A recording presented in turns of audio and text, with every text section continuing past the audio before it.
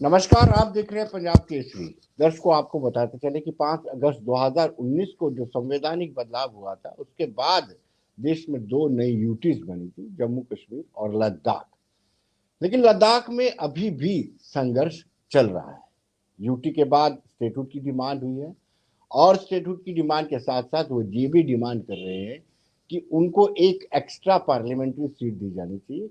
कारगिल की अलग हो और लेह की अलग हो। साथ साथ राज्यसभा की सीट की वो डिमांड कर रहे हैं।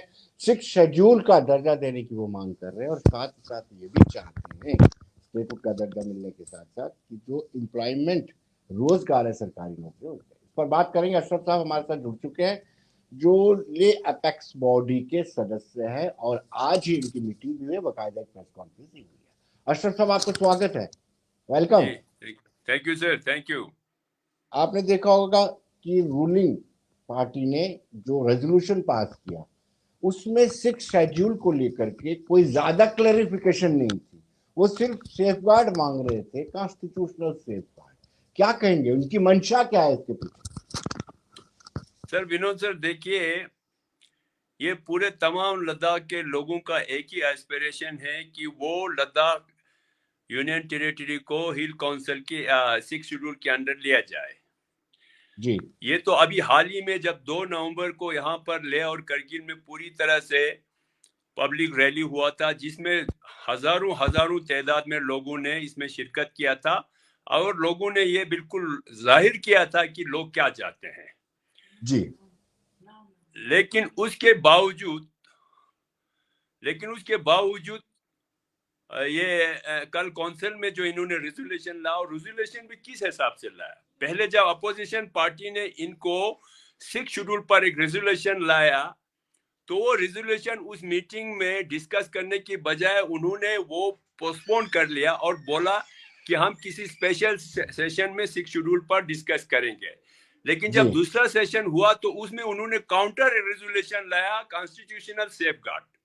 लेकिन हैरानी की बात यह है, एक तो लोगों ने ये तो क्लियर कट, जब से एपेक्स बॉडी बना है, जब से लद्दाख यूनियन टेरिटरी बना है, तब से लोगों ने ये डिमांड किया कि हमको सेफगार्ड चाहिए, वो भी 6 शेड्यूल के अंदर चाहिए, जो कि हम 97% लद्दाख के लोग जो ट्राइबल है, तो हमें बिल्कुल ये डिजर्व करता है। ऑलरेडी कॉन्स्टिट्यूशन में ट्राइबल लोगों के लिए इस तरह से 6 शेड्यूल बना हुआ है, तो इसको हमें एक्सटेंड किया जाए लद्दाख यूनियन टेरिटरी को। लेकिन कल बड़ी बदकिस्मती की बात ये हुई, ये सब जानते हुए भी हमारे रूलिंग पार्टी ने कॉन्स्टिट्यूशनल सेफगार्ड बोला, लेकिन वो भी क्लियर उनको नहीं है कि कॉन्स्टिट्यूशनल सेफगार्ड में आप क्या क्या चाहते, क्या है। रेजोल्यूशन तो सिर्फ एक सिंगल पेपर पे था, ना उनके पास कोई ड्राफ्ट था, ना कुछ था, ना कुछ बताया कि भाई ये कॉन्स्टिट्यूशनल सेफगार्ड क्या होगा। तो ये बड़ा अजीब सा इन्होंने रेजोल्यूशन पास किया, हमें तो समझ में नहीं आया। अब गवर्नमेंट ऑफ इंडिया को तो ऑलरेडी पता है कि लद्दाख के लोग सेफगार्ड मांग रहा है, वो भी 6 शेड्यूल का मांग रहा है, लेकिन ये लोग फिर कॉन्स्टिट्यूशनल सेफगार्ड लेके डेलीगेशन लेने की बात करता है। ये क्या मतलब रहा है, इसका कोई मतलब ही नहीं रहा। हम तो ये समझते हैं इनकी मंशा क्लियर नहीं है, इसीलिए इन्होंने एक काउंटर रेजोल्यूशन लाके 6 शेड्यूल को इन्होंने दबाने की, लद्दाख के लोगों की आवाज को दबाने की कोशिश कर रहा है, जो कि दबने वाला बिल्कुल नहीं है।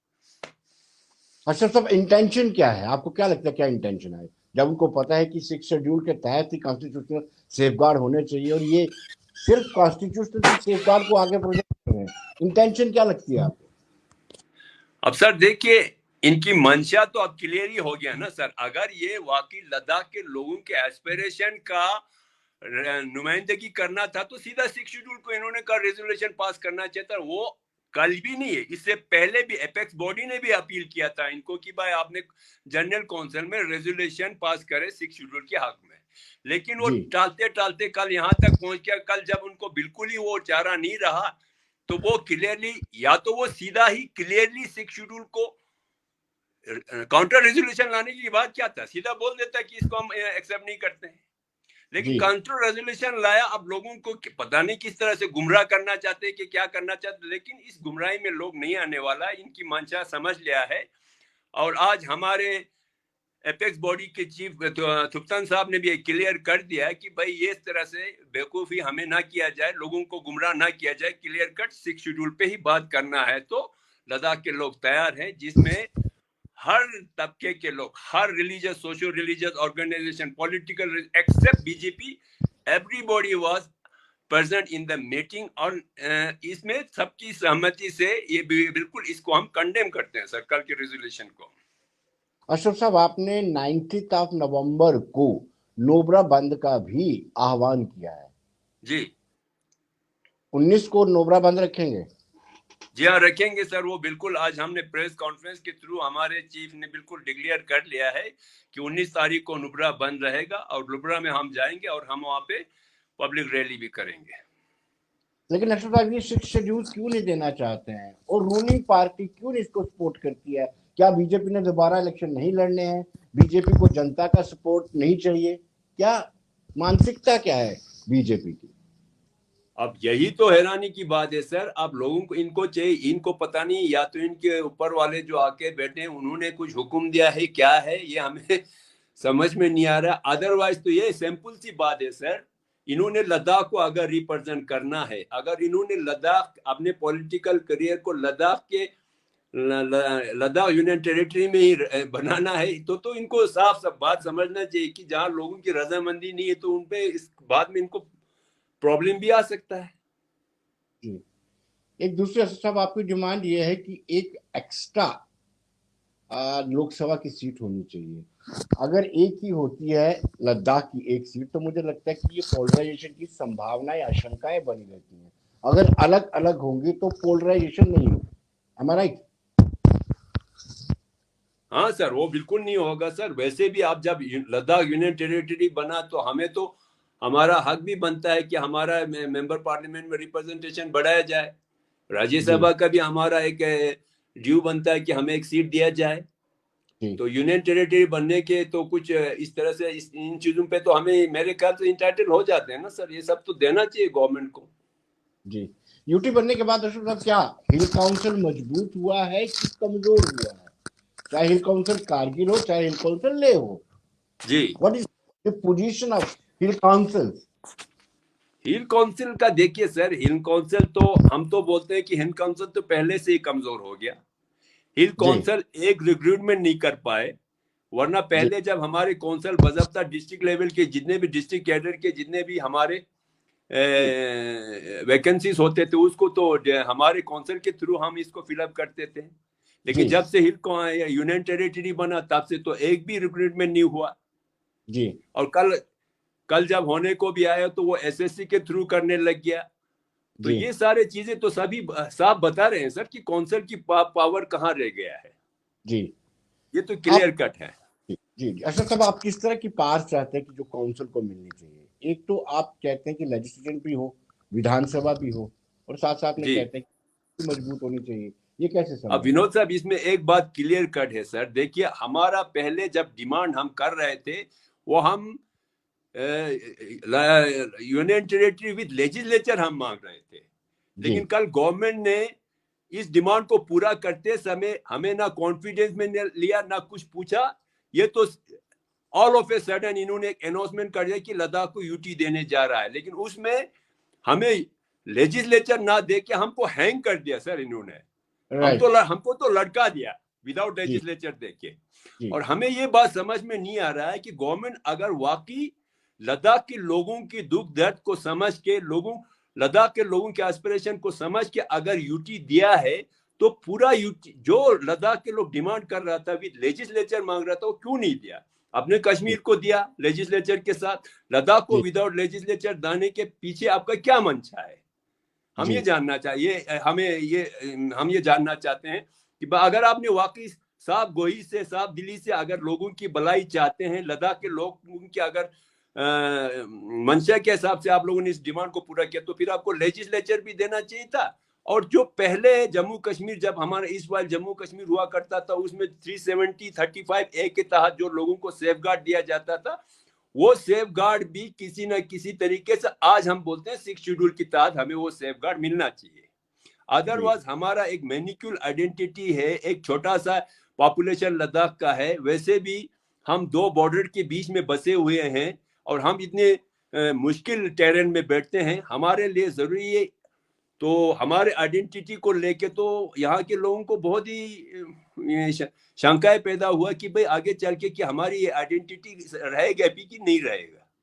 तो इन चीजों को लेके हमारा ये डिमांड है सर कि हमें 6 शेड्यूल दिया जाए, और अल्टीमेटली हम स्टेटहुड के भी डिमांड करते हैं, स्टेटहुड भी देना चाहिए।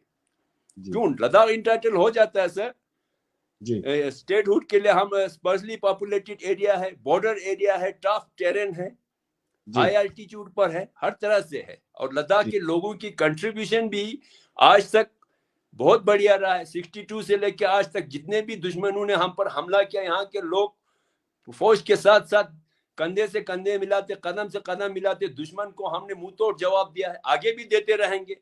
हम हिंदुस्तान के बाशिंदा है, हम हिंदुस्तान की बिल्कुल हमारे देश की भलाई चाहते हैं। हम बॉर्डर पे बैठा तो हम अपनी जिम्मेदारियां समझते हैं कि हम बिल्कुल इस मुल्क के हिफाजत के लिए हम बॉर्डर पे खड़े हैं। तो हम कौन सा ऐसी चीज मांग रहा है कि जिससे हम चाहते हैं कि हमारे आइडेंटिटी को मजबूत किया जाए, हमारे लोगों को मजबूत किया जाए, ताकि इसमें देश की भलाई है, देश की सिक्योरिटी के लिए। इसके लिए बोलते हैं बॉर्डर, हम जो बॉर्डर में लोग बैठे हैं इनकी आइडेंटिटी को कायम किया जाए, इनकी जो देशभक्ति जो है इसको मजबूत किया जाए, ना कि इनको दबाया जाए, ना इनको कमजोर किया जाए। अगर इसको कमजोर किया जाएगा, लोगों को कमजोर करेगा, लोगों की मंशा के हिसाब लोगों की चीजें नहीं बनेगा, तो इस तरह से तो यहाँ के लोग कमजोर हो जाएंगे। अगर लोग कमजोर हो गया तो यकीनन दुश्मन के लिए तो फायदा हो जाएंगे। सिर्फ फौज को हमने बॉर्डर पे खड़ा करने से नहीं होगा सर, जब तक वहां के लोगों का सपोर्ट, लोगों को बिल्कुल साथ फौज के साथ खड़ा ना हो जाए। जी अशोक तो साहब, हम ये चाहते हैं। जब अशोक साहब जब MOS होम यहाँ पे आए थे तो उनसे जब आपने बातचीत की थी, या होम मिनिस्ट्री MHS से जब बातचीत होती है तो उनकी तरफ से क्या रिप्लाई आता है, क्या जवाब आता है? यही तो हैरानी की बात है ना सर। देखिए पहले जो अमित शाह साहब ने, जिनसे हमें एपेक्स बॉडी जब मिले थे, KDA मिले थे, उन्होंने कमिटमेंट दिया था कि भाई हम 2 महीने के अंदर आपकी इस डिमांड पर हम भाई नतीजा कुछ ना कोई नतीजा निकलेगा। लेकिन 2 महीना छोड़ के उसके बाद MOS ले होम ले में आया, वहां भी उन्होंने ये कमिटमेंट दिया कि जल्दी हम इसका कमेटी बनाएंगे, आप लोगों को बुलाएंगे, बातचीत करेंगे। लेकिन ये 2 साल निकल गया, इस पे कुछ नहीं हुआ कार्रवाई। अब हम बाज़ाब्ता इसको एक सस्टेनेबल तरीके से हम इसको मूवमेंट चलाना चाहते हैं।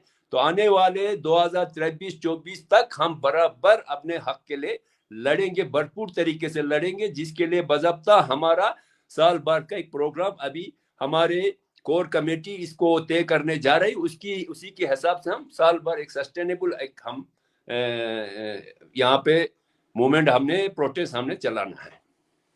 अशोक साहब, ये जो गवर्नमेंट एम्प्लॉयमेंट है वो एक बहुत बड़ा इशू, और ना ही इन्होंने PSC बना के रखा है, लद्दाख पब्लिक सर्विस। बिल्कुल सर। और ना ही इन्होंने Ladakh UT service selection board बना के रखा है।